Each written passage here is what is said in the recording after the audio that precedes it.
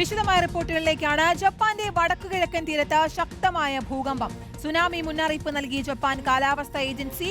അടിയന്തര സാഹചര്യം നേരിടാൻ ടാസ്ക് ഫോഴ്സ് രൂപീകരിച്ചതായി ജപ്പാൻ പ്രധാനമന്ത്രി സനെ തകായിച്ചി.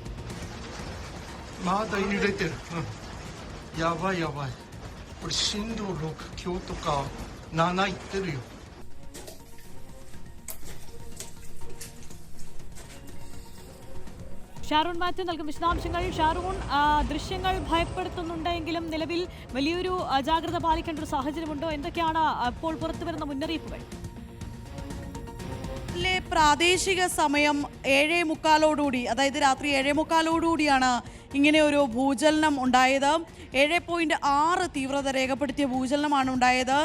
വിവിധ പ്രദേശങ്ങളിൽ ഇപ്പോൾ ഭൂചലനം അനുഭവപ്പെട്ടു. ഹക്കൈഡി, അതുപോലെ തന്നെ മോറി, ഇവാട്ടെ എന്നീ പ്രവിശ്യകളിലാണ് ഈ സുനാമി മുന്നറിയിപ്പ് നൽകിയിട്ടുണ്ട്. ഈ ഏകദേശം 10 അടി ഉയരത്തിൽ തിരമാല അടിക്കുമെന്നാണ് ഇപ്പോൾ കാലാവസ്ഥാ ഏജൻസി ഇപ്പോൾ ജപ്പാനിൽ അറിയിച്ചിരിക്കുന്നത്. ഈ അമോറിയിൽ നിന്ന് ഏകദേശം 80 കിലോമീറ്റർ അകലെ 50 കിലോമീറ്റർ ആഴത്തിലാണ് ഈ പ്രഭവ കേന്ദ്രമുള്ളത്. അതുപോലെ തന്നെ നിലവിൽ ആളപായം ഒന്നും റിപ്പോർട്ട് ചെയ്തിട്ടില്ല.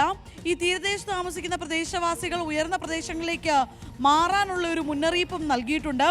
അതുകൂടാതെ ഈ പ്രവിശ്യകളിലുള്ള ആണവ നിലയങ്ങളിൽ പരിശോധന നടക്കുന്നുണ്ട്.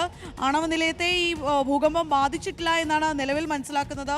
അതുപോലെ തന്നെ വിവിധയിടങ്ങളിൽ വൈദ്യുതി തടസ്സം നേരിട്ടു. അതിനാൽ തന്നെ ട്രെയിൻ ഗതാഗതം ഉൾപ്പെടെയുള്ളവ, ട്രെയിൻ സർവീസുകൾ ഉൾപ്പെടെയുള്ളവ നിർത്തിവെച്ചിരിക്കുകയാണ്.